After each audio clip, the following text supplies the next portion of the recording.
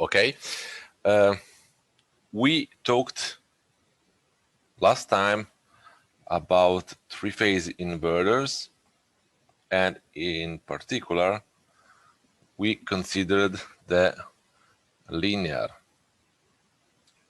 pulse width modulation inverters that are also called sinusoidal pulse width modulators. And we defined the topology, and we investigated a little bit the output spectrum, the line-to-line spectrum. Remember that in that linear region, if you put on a plane the peak value of the fundamental output voltage of the line-to-line voltage, that you can get that ranging from 0 to 1 of the amplitude modulation factor, you can have VD multiplying square 3 of 2.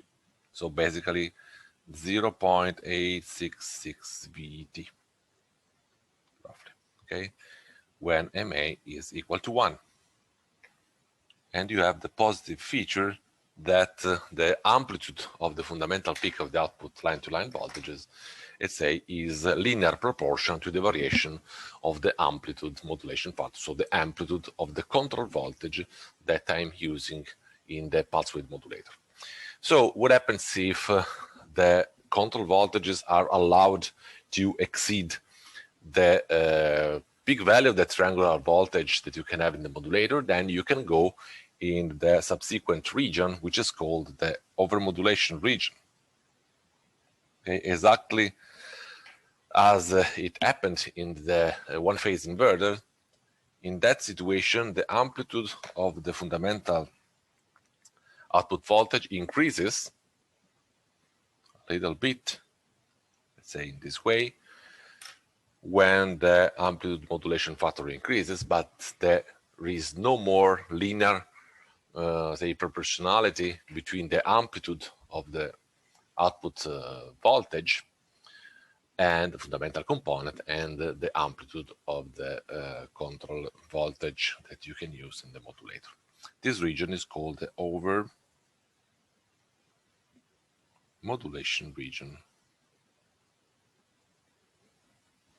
So the linear inverter is like here in this region, and in the region for MA higher than 1, you can get this region overmodulation.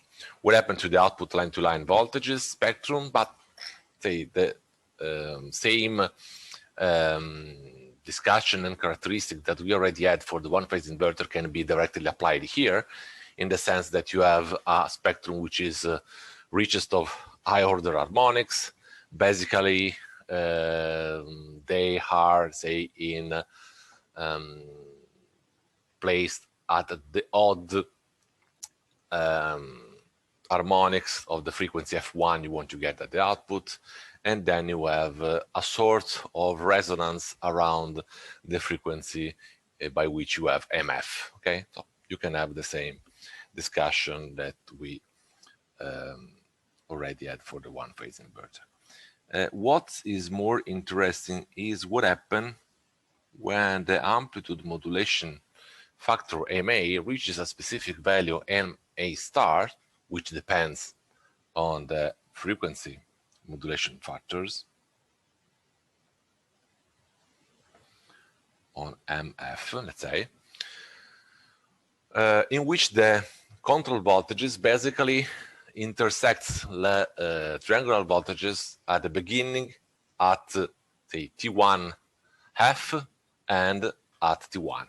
So we have what is called the square wave modulation.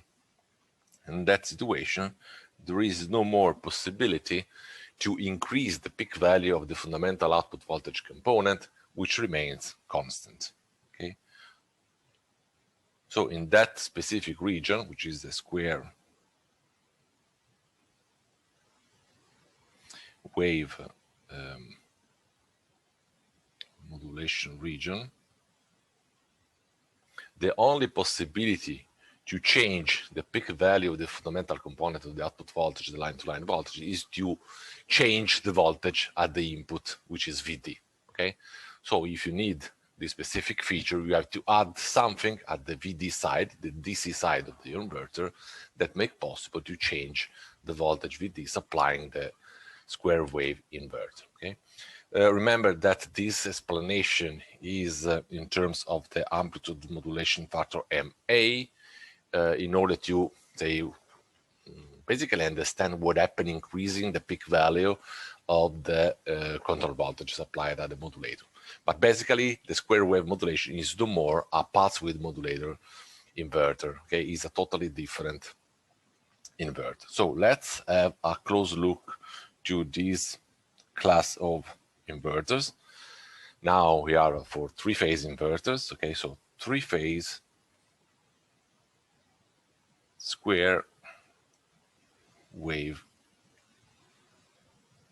inverters. Remember what is the basic characteristic of a one-phase inverter operated in square wave the modulation, so square wave operation mode. Basically the situation is this one. Okay, so let me put here for one phase inverter. So just to remember you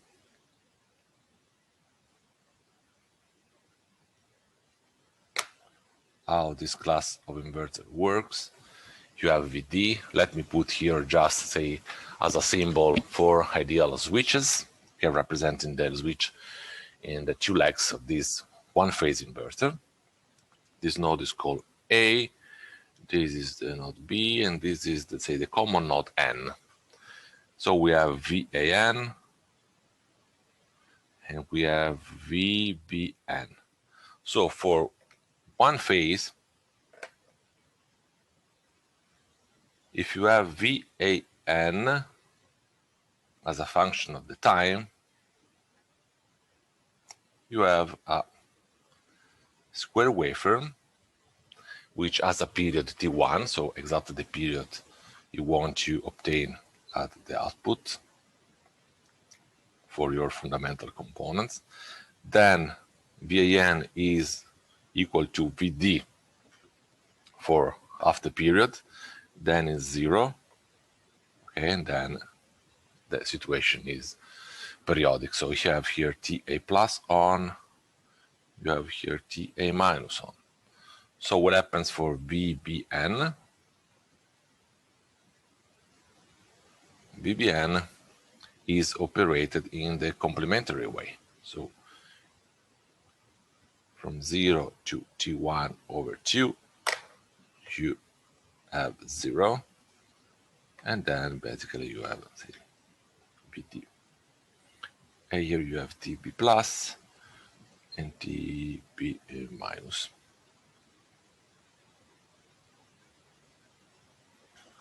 So square wave, duty cycle 50%, the period is exactly T1. So the output voltage is the difference between VAN and VBN, and then you get something like this.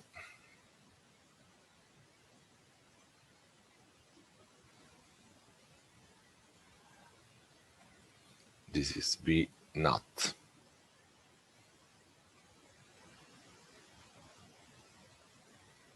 So the voltage here. So VD, negative VD, T1, etc., etc.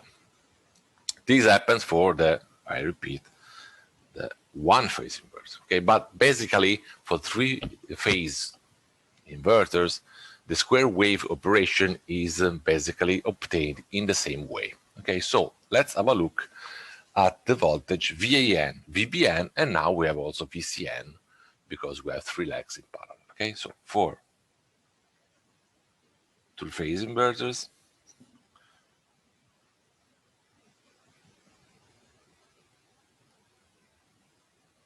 we have the leg A, leg B, leg C.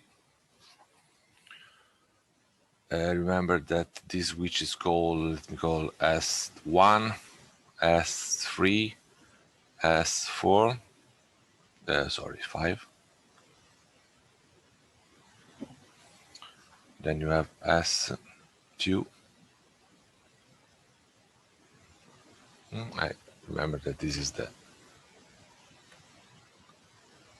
name I gave to the switches at the beginning of this discussion. Okay, 3 legs. Then you have A, then you have B, and C.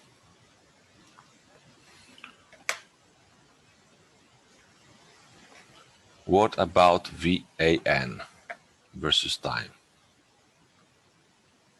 Suppose that my frequency at the output will be T1, okay?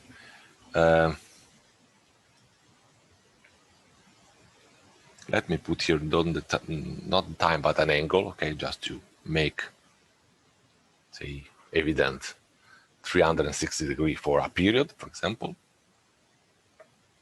So VAN is a square wave, duty cycle 50%, that is 1 up to 180 degree, and you have VD here, and then you have something going to 0. So you have T A plus, so TA plus now is called S1. S1 on, and then you have S2 on here. What happens about VPN?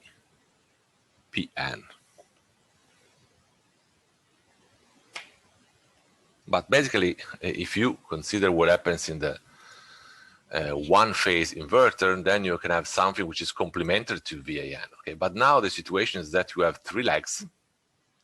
Okay, and the basic feature of this 3-phase inverter is that the voltages that you can get at the output, both the line to neutral voltages or the line to line voltages, they are shifted by 120 degrees. Okay, because this is the main characteristic of any 3-phase inverter system. So this means that you have to consider that this is 60 degree, 120 degree. Okay, so here you have that the VBN is delayed not by 180 degree as in the one-phase inverter, but is delayed by 120 degree.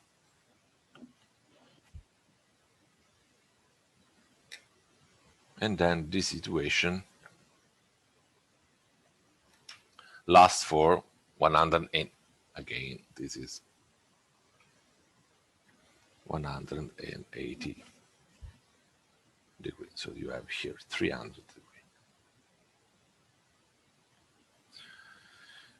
You have S3 on, S6 on, S6 on here. So with the same reasoning, then you can have VCN. VCN should be a square wave which is shifted by 120 degrees from the other two. So, for example, this means that you have 240 degrees, so 120 degrees from this rising edge. You have this.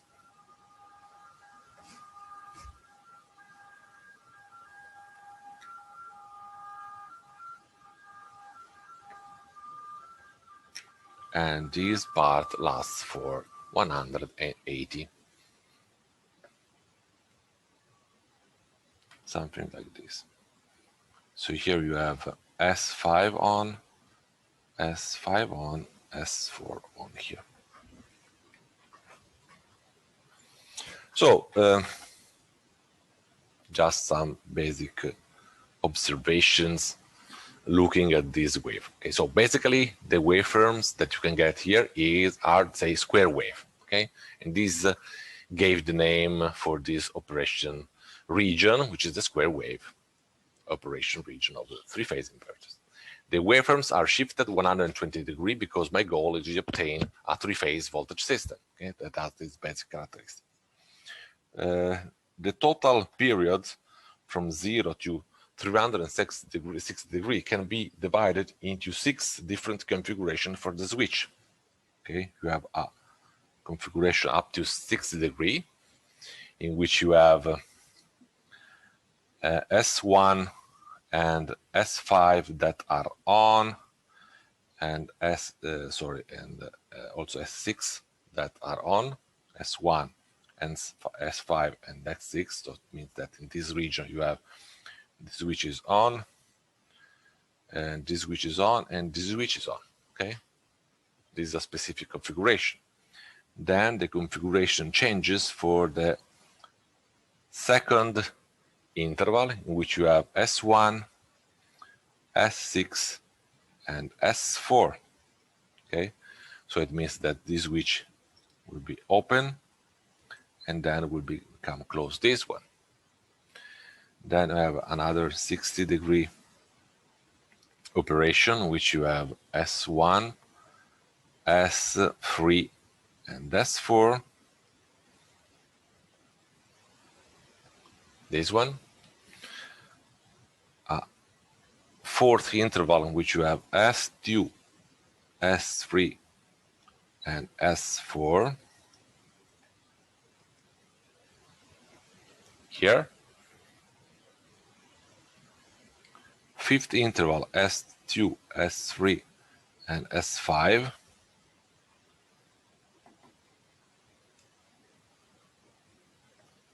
Here, and the last one, which is S2, S6, and S5.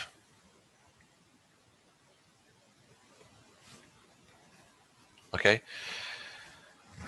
In each of these 6 configuration, okay, 6 configuration, you have 3 switches that are on and the other switch that are off. Okay, 3 on and 3 off. Due to this kind of configuration that has 6 different and possible combination of the switch, this inverter is also called, let's say, 6-step inverters.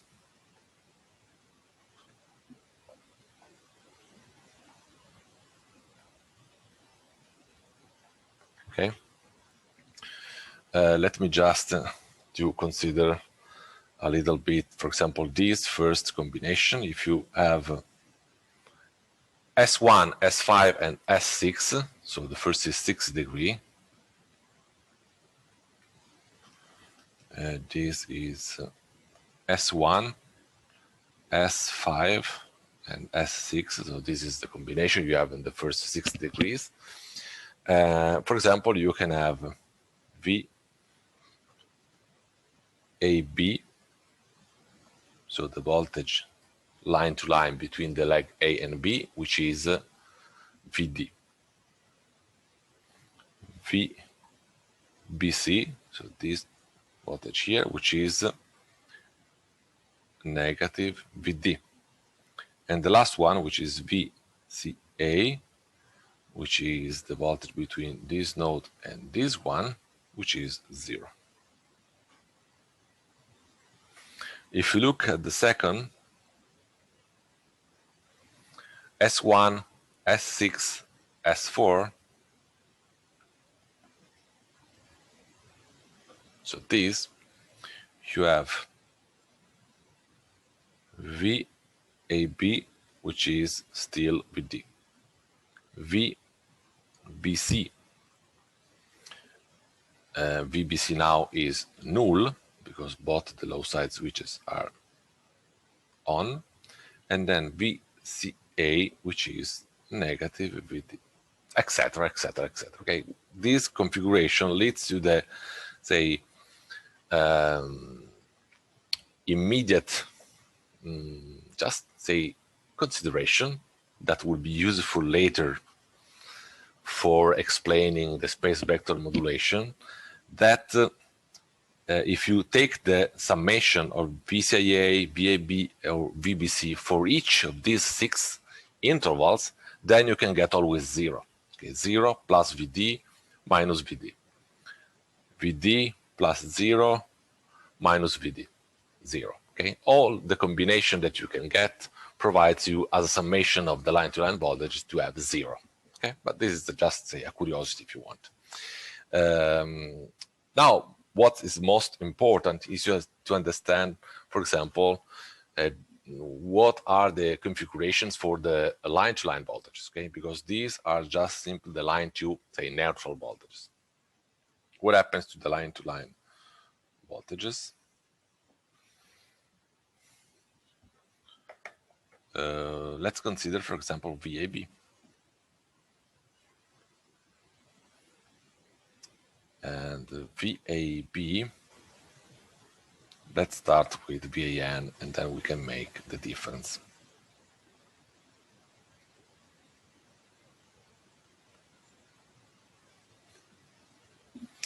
VAN is something like this.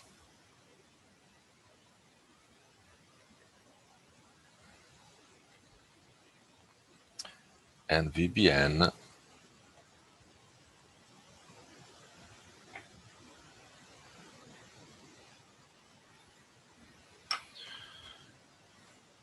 $120.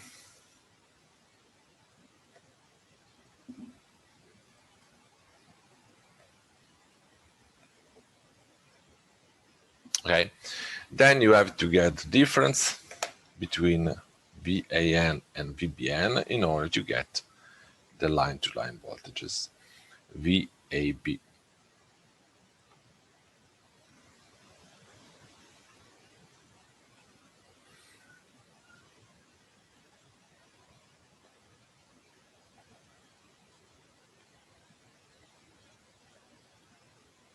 So from 0 to 120, what happens is that you have VD.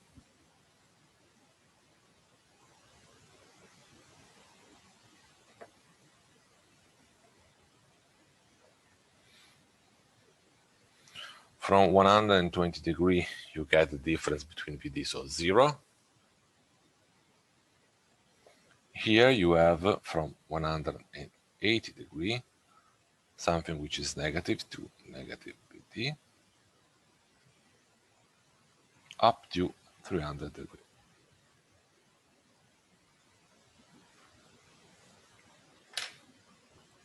In this interval, you have S1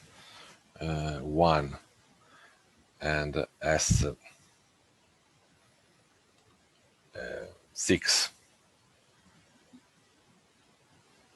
which is on. This is S1, and then you have S3.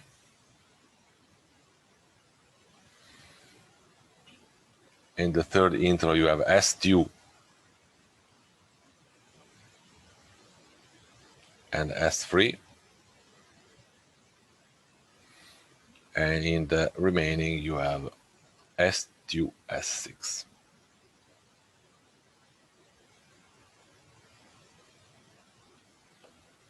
Okay, that are the switches that are on. So this is my output, say, line-to-line voltage. The same happens for VAC or VBC, for example. Okay, you can always get this kind of, what is basically the difference? Difference that you can get the same kind of waveform, which is shifted by 120 degree. Okay, so for example, VBC,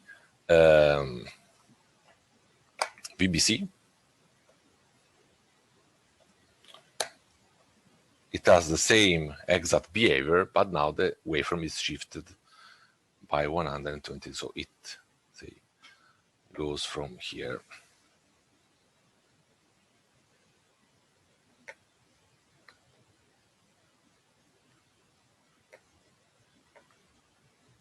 Okay, etc. Something like this. Okay, so you get the same waveform, but there is a shift by 120. The same for VCIA, for example, but nothing surprising. So what's interested are the most. If this is the line-to-line voltages, for example, VAB, what is the spectrum? Because we have to understand, say, the characteristics that the harmonic content of the spectrum in order to, for example, design the filter for getting just the, say, fundamental component of this waveform. So what about the spectrum?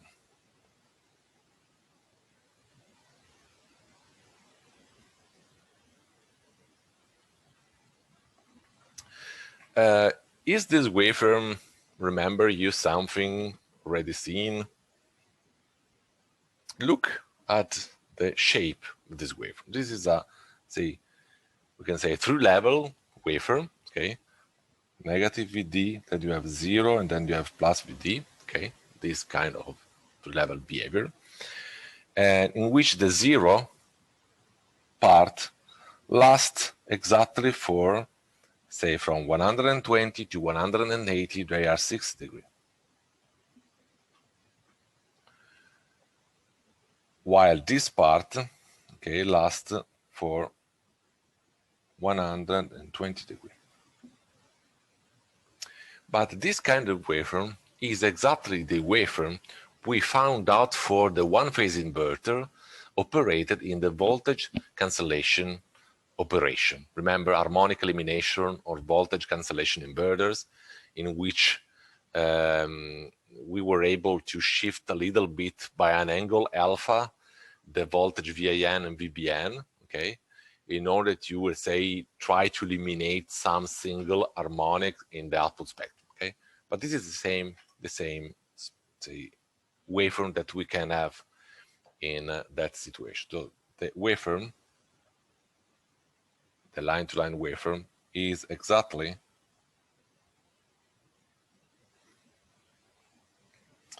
the waveform of a one-phase voltage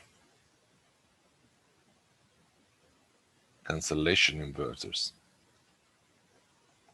with alpha equal to 30 degrees. Remember that in that situation, voltage cancellation inverter, you have that voltage V naught is something like this.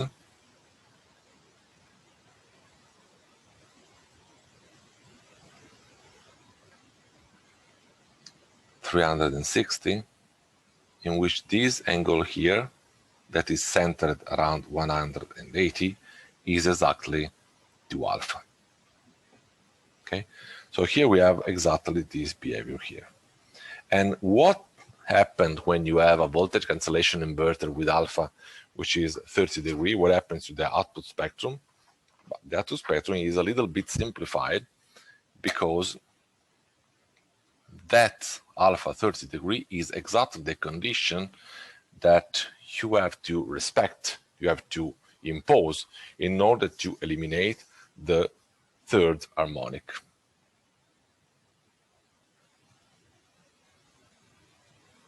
So if you get the spectrum here, you have a line at frequency f1. You should get something at 3 times f1, okay? Then at 5 f1, 7 f1, all the odd harmonics, but in that situation, the third harmonic is not present. And what about the other harmonic content? The amplitude of the harmonic is something like VLL, peak value of the harmonic, which order is generically indicated as H, is 4 VD cosine 2 alpha.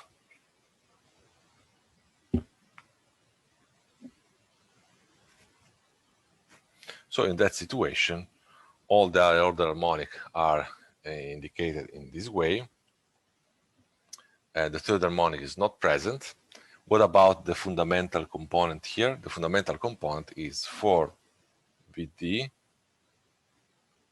P multiplied cosine of 60 degrees, so it is square 3 of 2.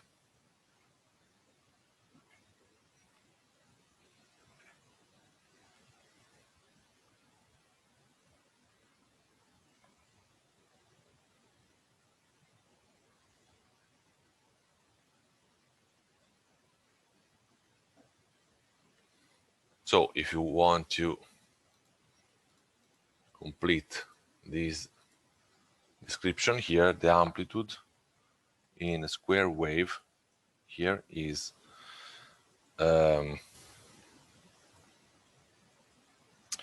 Vd square 3 multiplied 4 divided p. This coefficient is the same coefficient that we already had for the one phase inverters operating the square wave. Okay, the peak value that you can get at the maximum, the linear operation region, multiplied by 4 divided by p. I have a question in the chat. Oh yes, sure. You have an H.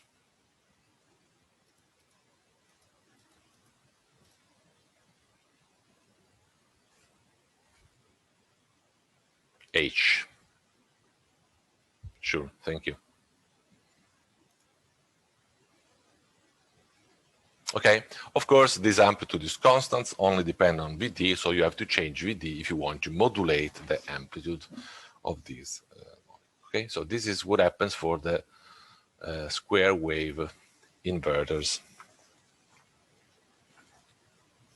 Let me just to show the same plot in the slide because they are, say, much better than mine. Here, this is the behavior that we have for the square wave modulation is here. As you can see, there is, let's say, the VAN, VBN, VCN we already commented on. And what happens here that you can have the VAB at the bottom of this slide, in which you have, let's say, the standard classical behavior of the voltage cancellation inverter, and also dashed line, you have the fundamental component at frequency F1. If you make, say, the computation between the Vd squared 3 divided by 2 multiplied by 4 divided by peak, you have 1.1 basically Vd. So it means that you have an increase of the output fundamental component to a value which is 10% higher than the voltage Vd that you can apply at the input side. Okay, and this is the spectrum of the square wave line-to-line voltages, okay, in which you can see clearly that you have odd harmonics at the frequency of F1, but you do not have the third harmonic. Of course, the third harmonic and all the, say, not only the third harmonic, but for example, the ninth harmonic is not present here. Then you can have also the, for example, all the harmonics that comes out from a multiplication of the third harmonic. Okay, so through by 3, etc., etc., which is 9, etc. All these harmonics are not present here. Okay, have you any other question, doubt, whatever?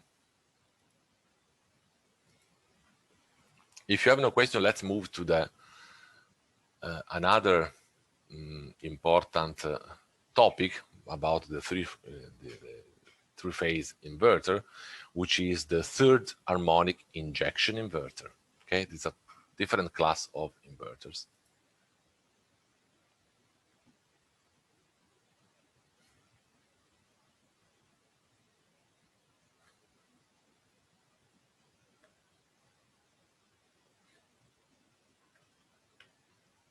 Sometimes this is, say, shorted in THI inverters.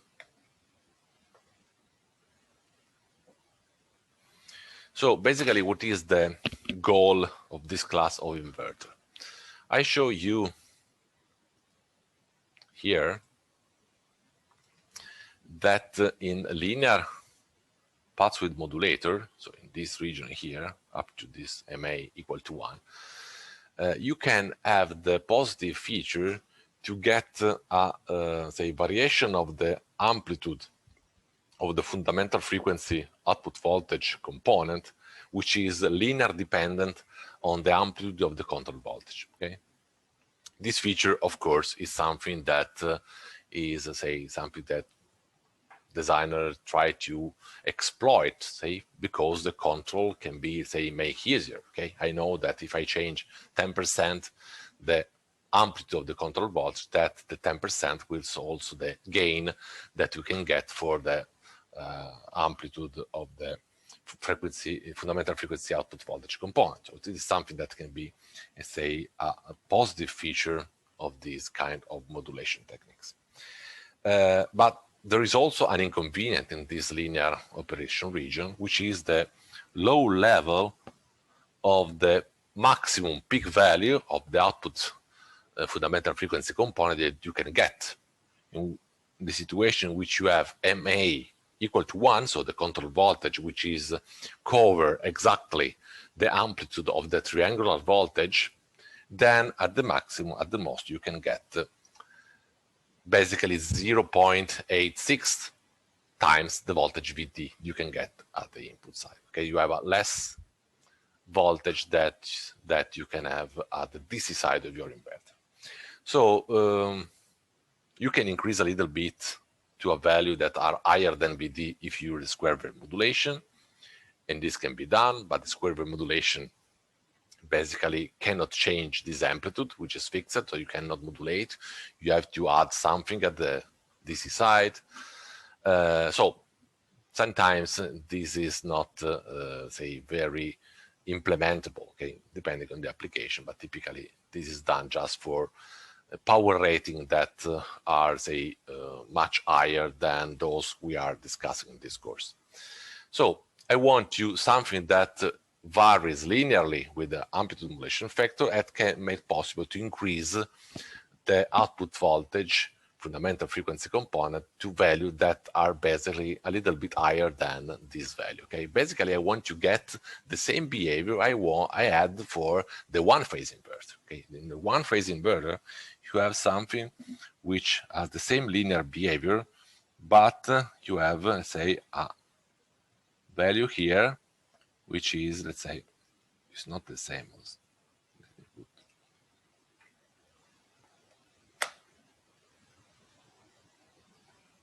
the blue curve is for one phase, you get something which is VD. Okay. So this is something that I want to exploit. So one possible solution is to consider the third harmonic injection. In order to explain this kind of modulation, this technique, basically I have to remember you what happened when you use a linear pulse width modulator. Okay, when you have a linear pulse width modulator, you have a modulator, of course. Let me call PWM. In this modulator, you have a control voltage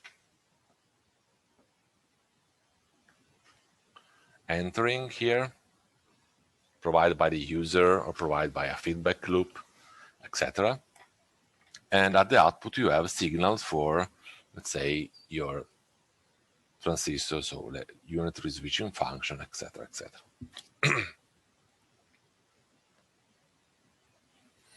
The number depends on the legs you want to drive. Of course, in a three-phase inverter, you have three control voltages. Okay, so you have V control voltage, A, B, etc., that are sine wave shifted by 120 degrees. What happens with the output spectrum? For example, the output spectrum of the one of the leg. You have this leg here. Suppose that this is the leg A, then you have other legs in parallel. What happens to the voltage VAN? VAN comes from, say, a waveform which is modulated by the control signal which is compared to the triangular voltage. Okay, you have a triangular voltage,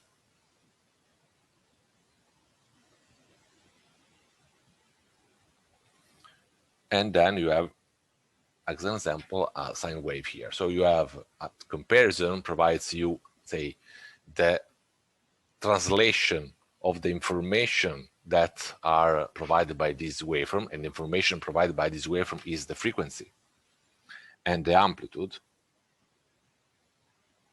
These two information are collected into the variation of a pulse width modulation. Okay, so you are, say, modulating the width of a unitary switching function. So VAN has inside this kind of modulation. And so in terms of output spectrum, you can have something which is F1, which is my frequency of the control voltage, and this is the frequency of the output voltage, AC voltage I want to obtain.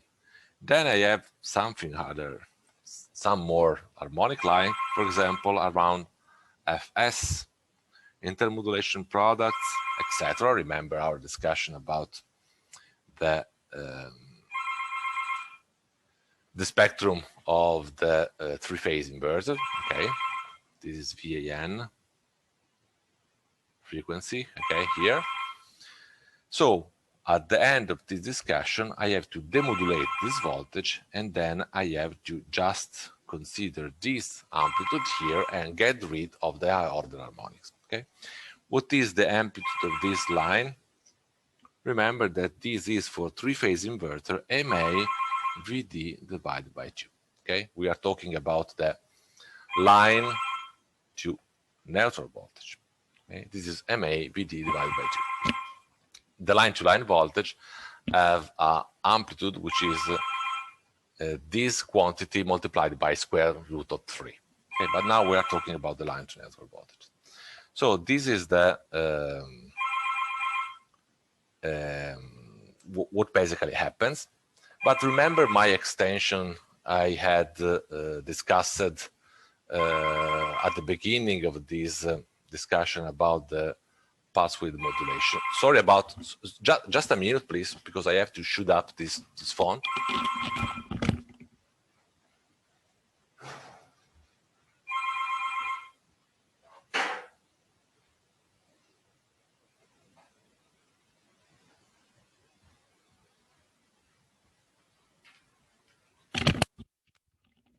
Okay, sorry about that, but it's quite annoying to me.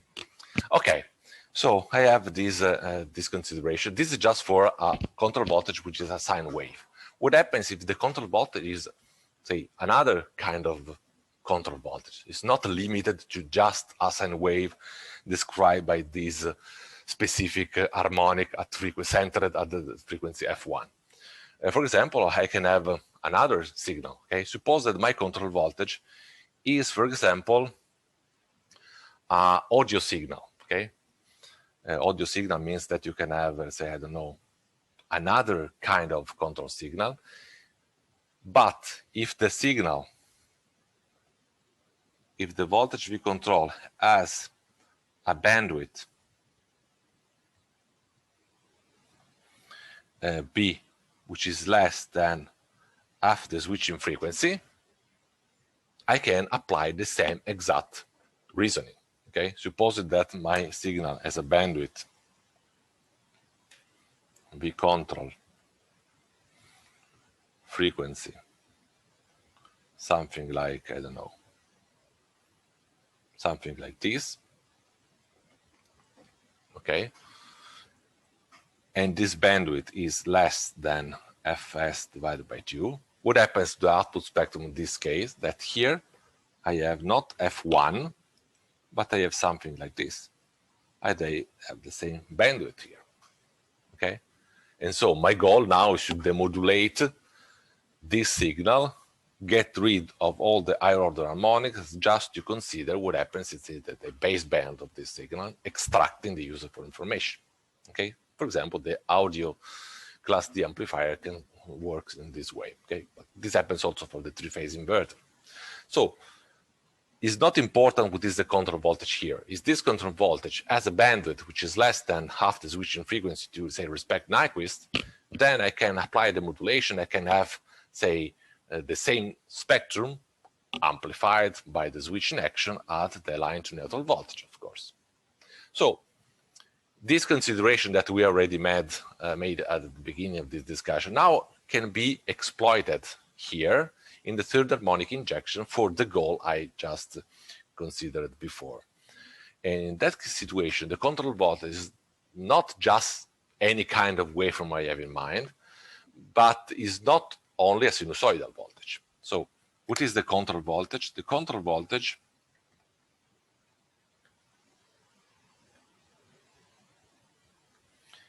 is the sum of two sine waves.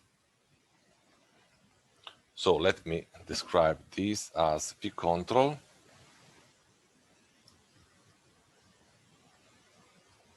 T, which is V control.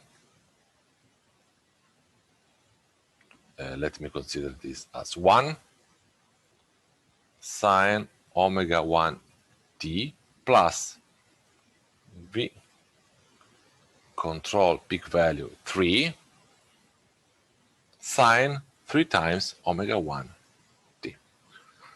These two sine waves are not, say, chosen randomly. One has the frequency that I want to get at the output. The other one has a frequency which is 3 times F1. So this is the third harmonic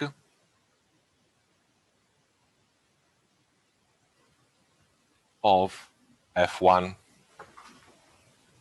Okay, so I am considering as a control voltage a voltage which is the standard sinusoidal voltage I always applied for, say, inverters, plus the injection of its third harmonic, 3 times F1, which is the, say, basically the benefit of having this injection. Let me just, say, explain a little bit in terms of a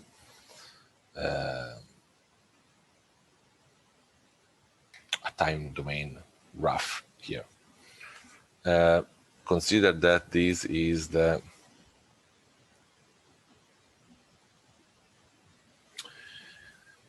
F1 waveforms, and I have to add the third harmonic, so it means that I have to divide by 3 this interval.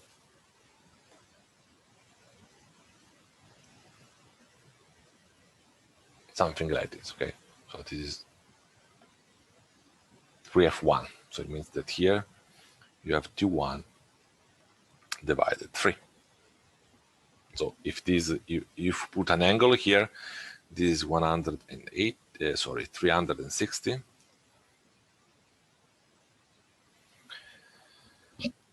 Uh, 360, this is 120 degree, and so this 0 here is for 60 degree. What happens if you make the summation of these two waveforms? Okay, this is the control voltage. If you make the sum of these two, you can get something like this. Okay, here you have a 0, so here the waveform is like the red one, like here, and like here, and like here. Okay, and then you have something like this.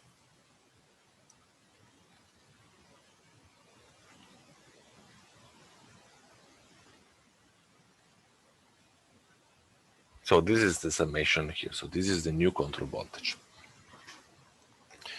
So what is the benefit? Just look at this waveform, okay, that I draw very badly here. You have a better drawing on your slide. basically the injection of the third harmonic have the benefit to add something which is negative exactly in the region of the, say, standard control voltage as the maximum value.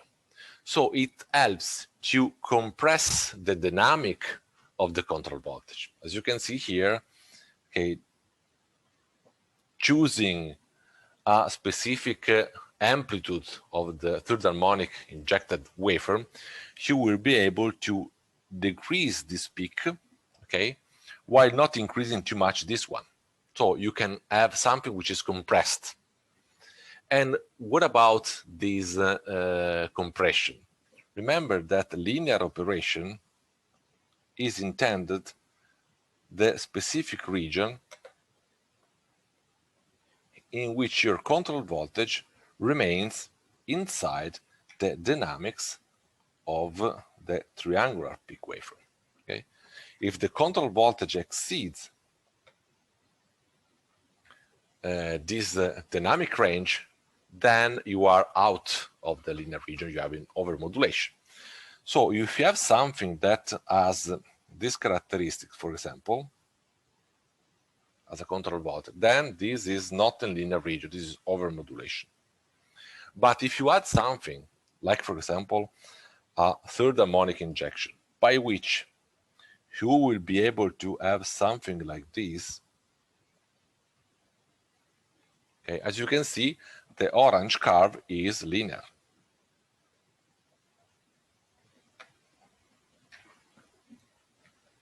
Okay, so basically I had this kind of third harmonic injection because when it is negative, it helps to decrease the positive value, and also the opposite happens in the other half the period. Okay, so it helps to compress the dynamic inside the linear region, even if the F1 component is in the over, say, modulation region.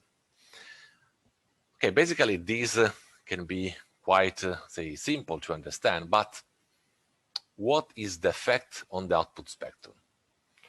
On the output spectrum, for example, the line to neutral voltage, so for example, the VAN, okay, because we are talking just about one leg. But as I said before, if you look at the spectrum of the voltage VAN, I have as, say, baseband region exactly the harmonic content of the voltage control that the control voltage that I apply at the input. So if you get, for example, the spectrum,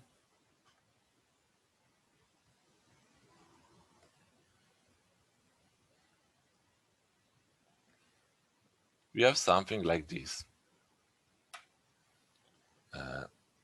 You have two sine waves. So you have sine wave at frequency F1, you have another one at 3 times Fs, then you can have, I don't know, Fs, intermodulation product, etc., etc. So you have exactly this harmonic content. Okay, so you have F1 and then you have 3F1, because these are, say, the harmonic content of two sine waves that I sum up at the modulator side.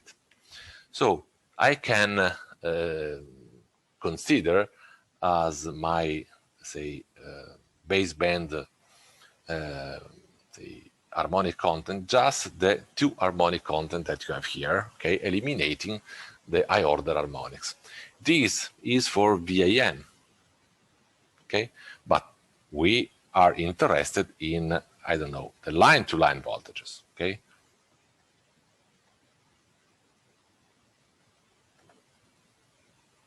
In line-to-line voltages. So, for example, VAB. What happens in the line-to-line voltage spectrum? Okay,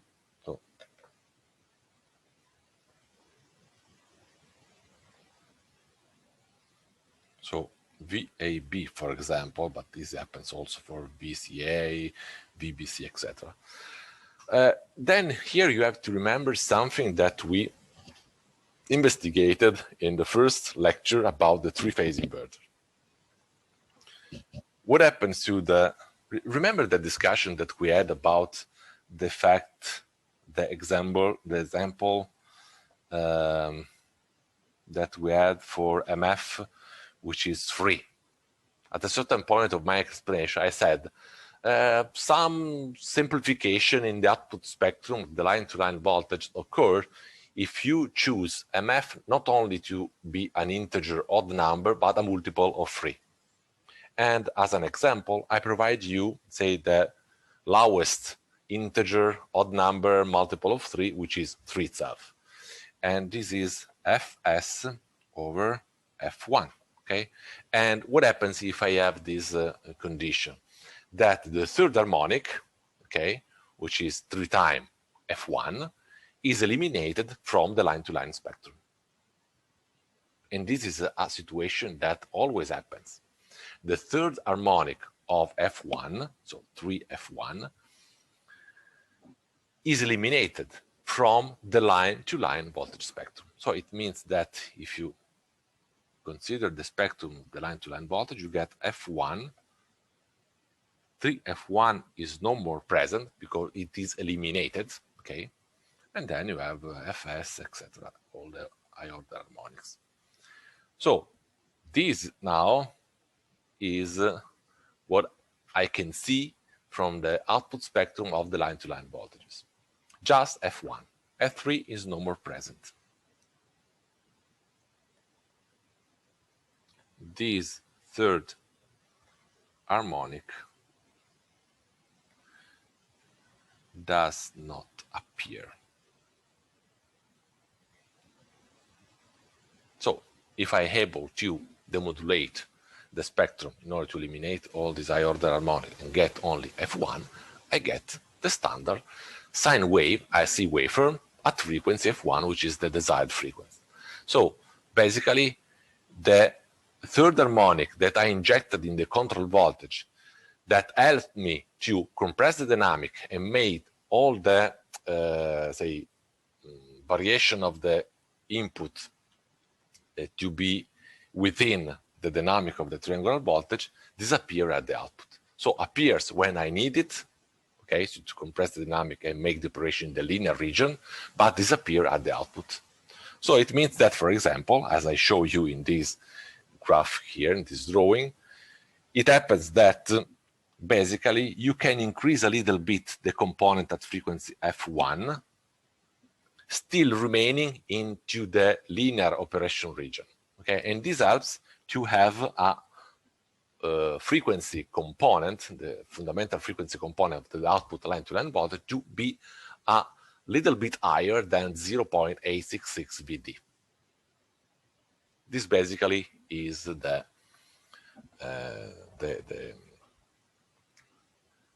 discussion. Let me just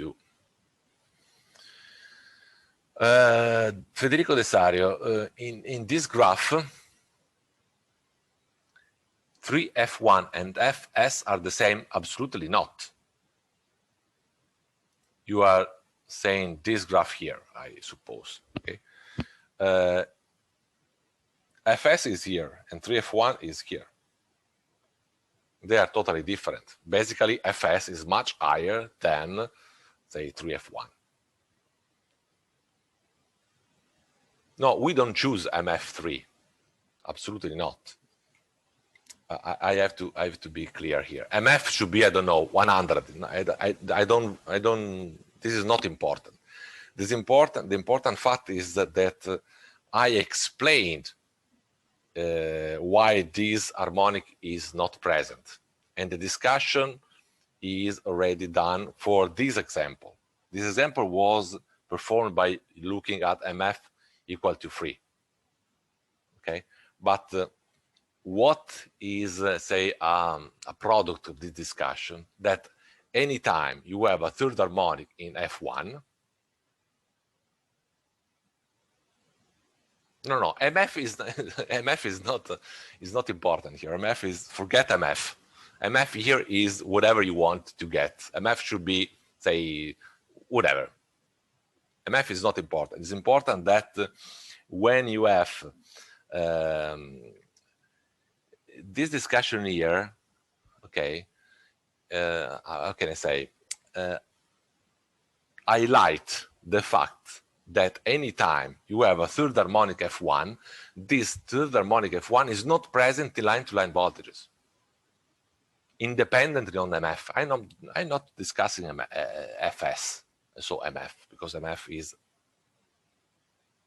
Fs over F1, okay?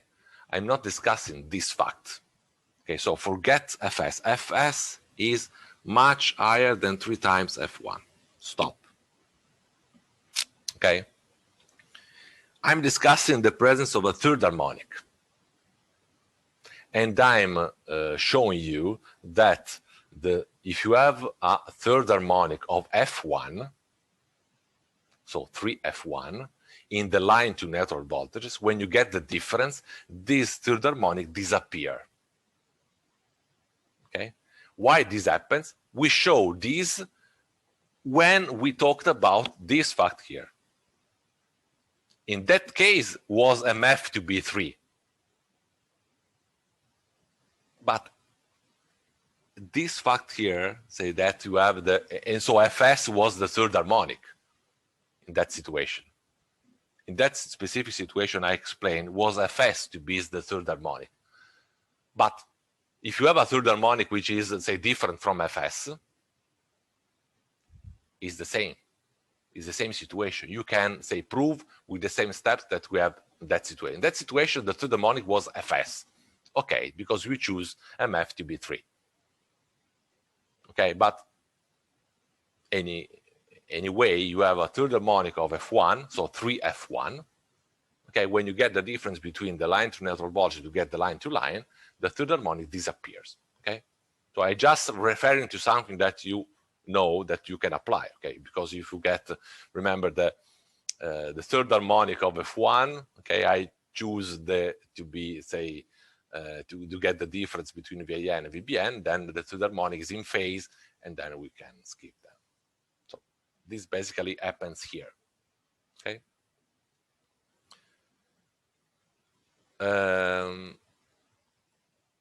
Other questions? Doubt?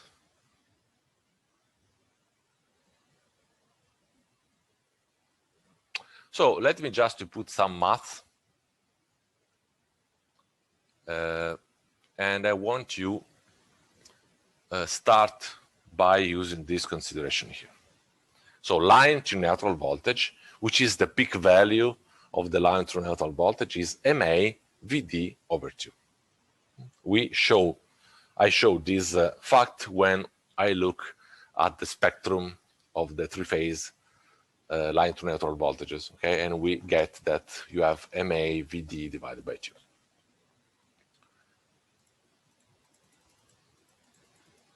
So now we can say that VAN, let me choose the leg A, but the same happens for the other leg, VAN sine omega 1t plus VAN 3 peak value sine of 3 omega 1t. This is our control voltage, okay, which is a summation of a sine wave at frequency F1 and a sine wave at frequency 3 times F1.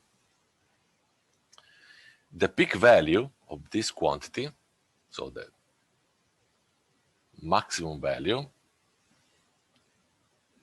has an amplitude which is MA VD over 2. Because this happens, say, considering the spectrum of the line to neutral voltages. Okay, so the peak value of this quantity here is MA multiplied by VD divided by 2. So we have to consider which is the angle by which you have the maximum value.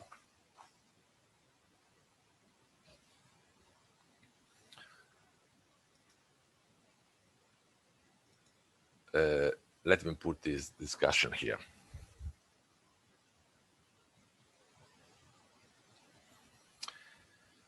It's important to understand a specific fact. The fact that I want to stress here is that I introduce a third harmonic just to compress the dynamic. At the same time, I want to maximize the component of frequency f1 because it's the only component of the summation that I have at the output here. So I want to maximize this output, okay? Basically, I want to get something higher than 0.866 while maintaining the overall dynamic of the control voltage in linear region. Okay, so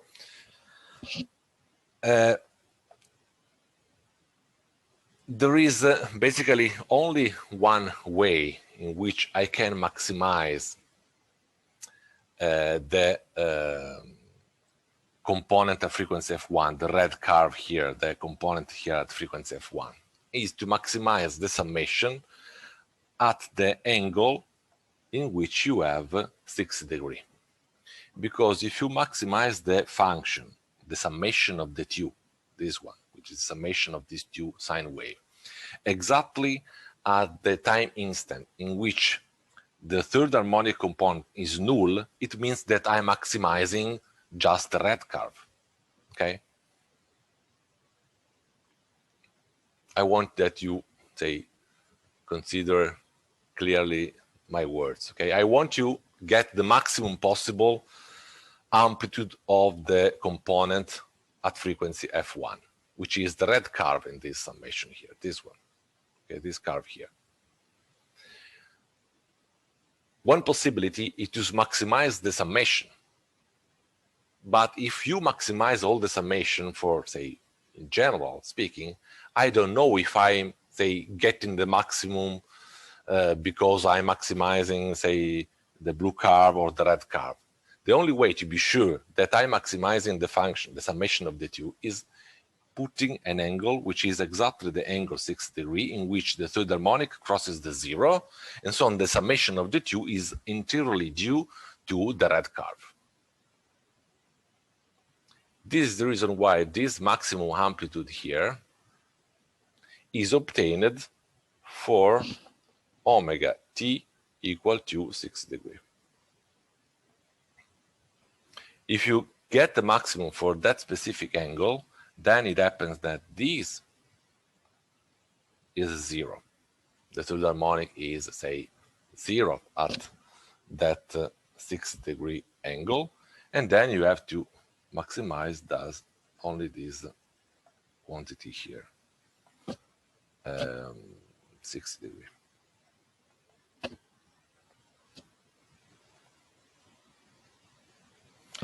This sine 60 degrees is square 3 of 2, so VAN peak value, which is MA VT over 2.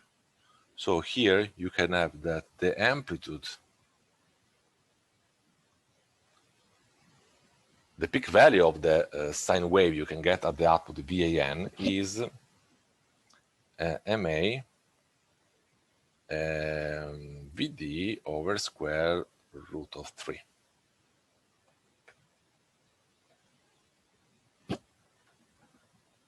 Okay, so this happens for the third harmonic injection. Without the third harmonic injection, VAN peak value is exactly MA VD divided by 2 without third harmonic injection.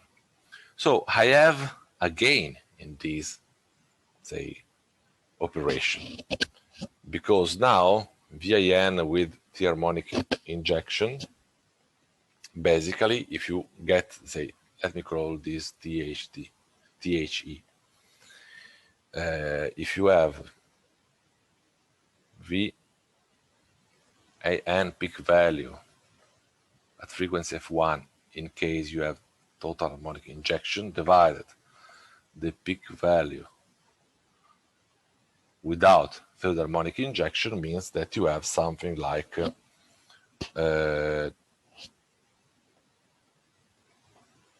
this is VD, sorry, this is VD divided VD, let me put MA VD over 2, and this is MA VD over square root 3. So it is 2 divided square root of 3. 1.15. So I have a 15% more of amplitude.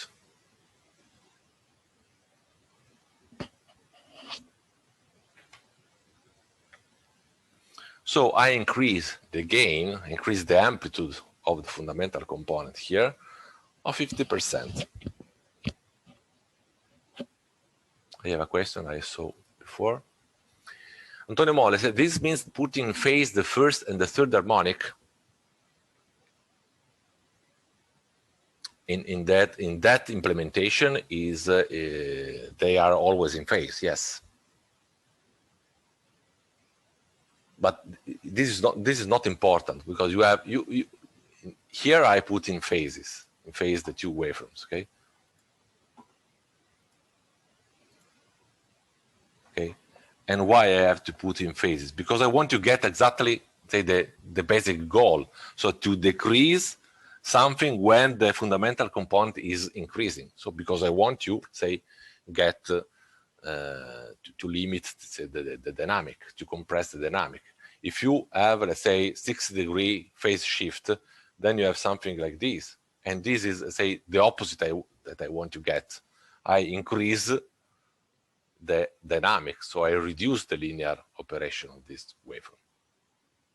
So I have to add this one.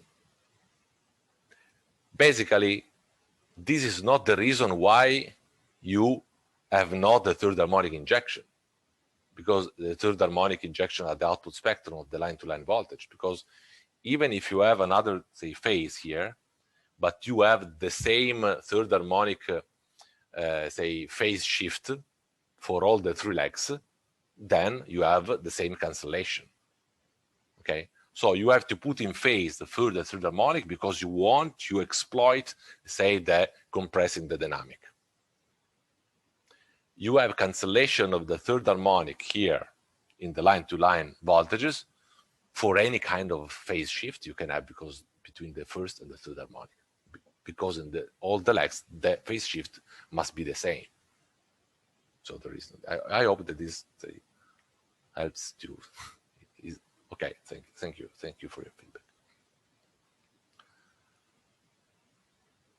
Okay, so I have a 50% more of amplitude. Okay, I increase the harmonics, the content, and VAN with the peak value with the total harmonic injection is MA VD divided square root of 3. Okay, this is just for VAN. What happens if I want to get the amplitude of the VAB, for example, so the line-to-line voltages? Remember that in that case, the peak value, fundamental component, is something like VAN1 total third harmonic injection multiplied square root of 3. And you have to make the difference between two line-to-network voltages. These voltages are phase shifted by 120 degrees, and when you get the difference between two sine waves with that phase shift, you have an amplitude which is the amplitude of each of the two sine waves multiplied by square root of 3. So you have MA VD. So you get the peak value of the fundamental component of the line-to-line voltage, which is exactly MA VD. So you get the same results you have for the one-phase inverter.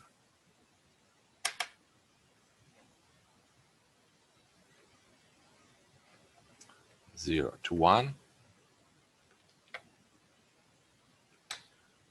You have VD.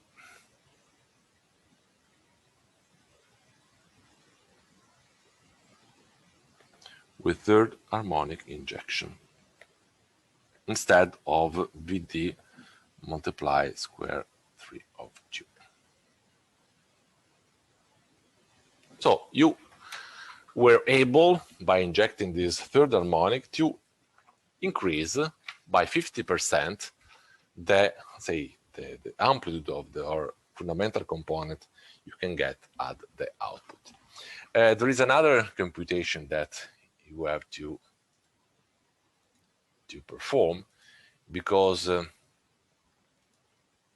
we don't know, let's say, the amplitude of the third harmonic that we have to inject.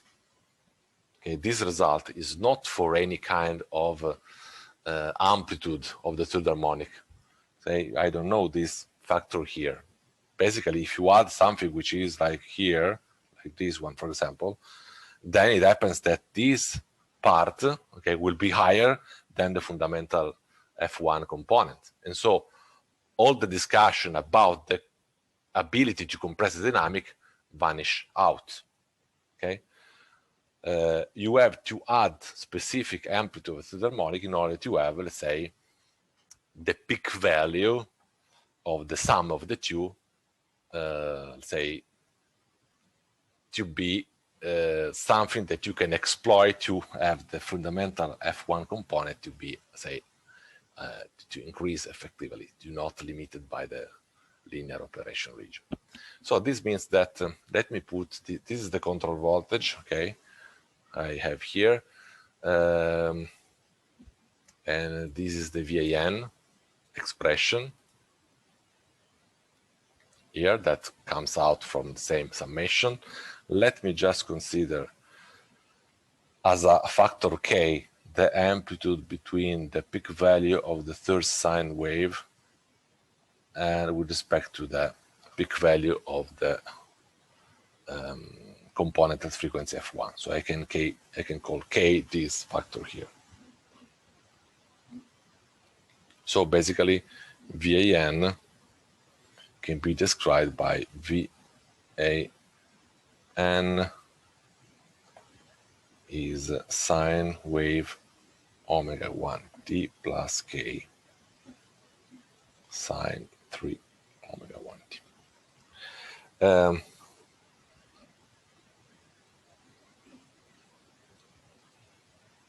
Remember what I basically discussed here. I considered as the maximum value of the summation of the two the point at which you have a 6 degree. So basically I consider this point here that occurs at 6 degree, and so all the other points that you can have here, of course, the point in which you have the maximum, okay? Because in that case, I'm be sure that I'm maximizing the red curve, okay? What happens when a curve has the maximum in a specific point? It means that the time derivative at that specific point is 0, okay? So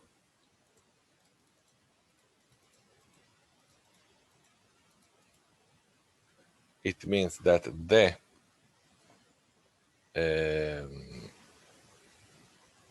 VAN omega t in the omega t at omega t equal to 6 degree is 0 if maximum occurs at 6 degree. But using this expression, okay, I can derive K sine omega 1 t plus K sine 3 omega 1 t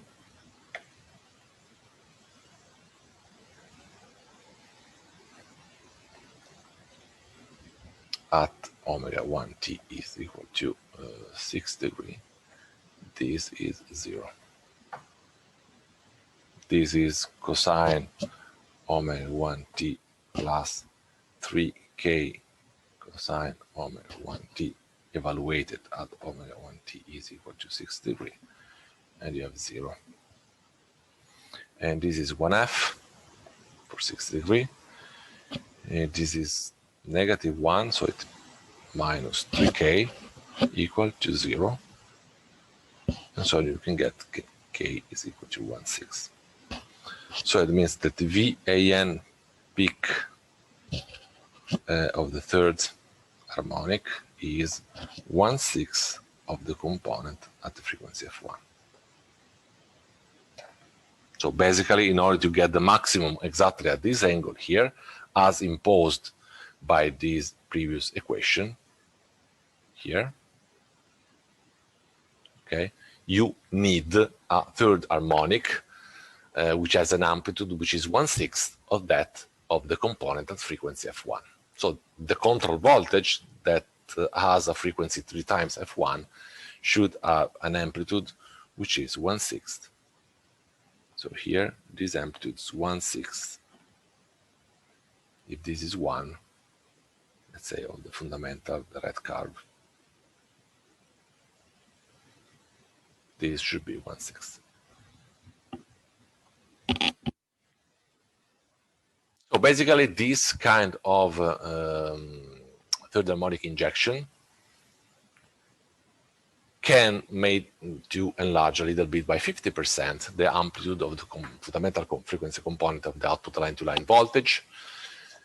Consider that this third harmonic injection cannot be applied to one-phase inverter, okay? Because the basic feature that we are exploiting here is that the line-to-line voltages, okay, have no the third harmonic component.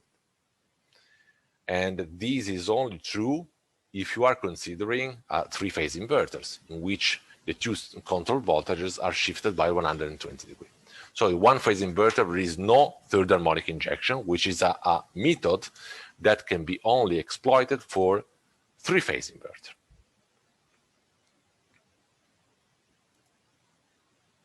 Basically, for example, the voltage cancellation inverter only exists for one-phase inverter, because in three-phase inverter, as I show you in the say in the square wave, the phase shift is basically dictated, okay, by the need to have 120 degree each from the others. So voltage cancellation or harmonic elimination inverter, they are not just for one-phase inverter. Third harmonic injection just for three-phase inverter. Okay, have you some questions, problems, doubts, something which is not clear? Tomorrow we can start the space vector modulation, okay, which is another method that you can apply for three-phase inverter with the same goal, so to enlarge the linear region of operation.